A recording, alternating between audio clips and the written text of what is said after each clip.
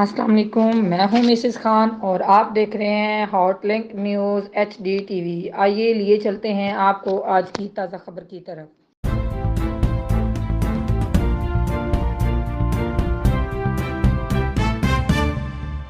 اعتکاف میں بیٹھے متکفین دن رات عبادات کے ذریعے اللہ تعالیٰ کی رضا چاہتے ہیں۔ گناہوں کی معافی کے طلبگار متکفین کی کوشش ہوتی ہے اعتکاف کی حالت میں زیادہ سے زیادہ نیکیاں سمیٹ سکی۔ مزید تفصیلات بتا رہے ہیں واقعینٹ سے ثاقب علی۔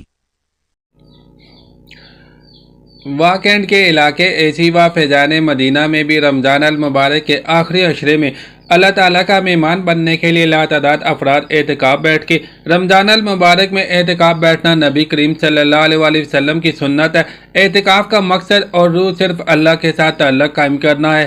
اعتکاف بیٹھنے والے اپنی ساری مصروفیات ترک کر کے اللہ کے ساتھ تعلق قائم کرے۔ مساجد میں بیٹھے لاتعداد متکفین صرف اللہ کی خوشنودی چاہتے ہیں۔ حضرت سیدنا عائشہ صدیقہ رضی اللہ تعالی عنہ سے روایت ہے، نبی کریم صلی اللہ تعالی علیہ وآلہ وسلم نے ارشاد فرمایا، من اعتکف ایمانا و احتسابا غفر له ما تقدم من ذنبہ، جس نے ایمان اور ثواب کی نیت سے اعتکاف کیا اس کے پچھلے سال کے گناہوں کو معاف فرما دیا جائے گا۔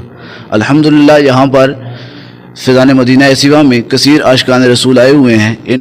کوئی تلاوت میں مشغول ہے تو کوئی نوافل ادا کرنے میں مصروف تو کوئی ذکر میں مصروف۔ نماز کے بعد علماء اکرام خصوصی تعلیم دیتے ہیں۔ اعتکاف کا اصل مقصد لیلۃ القدر کو پانا ہے، جس کی فضیلت 1000 مہینوں سے افضل ہے۔ لیلۃ القدر کو پانے کے لیے آخری عشرے کی تمام تاخیراتوں کو خصوصی عبادات اور شب بیداری کا اہتمام کیا جاتا ہے۔ متکفین سنت نبوی کی پیروی کرتے ہوئے اپنا زیادہ تر وقت خصوصی عبادات اور بخشش کی دعاؤں میں گزاریں گے۔ اعتکاف بیٹھنا سنت نبوی ہے جس کا مقصد اللہ تعالیٰ کی رضا ہے۔ متکفین مختلف عبادت کے ذریعے اللہ تعالیٰ کی رضا حاصل کرتے ہیں۔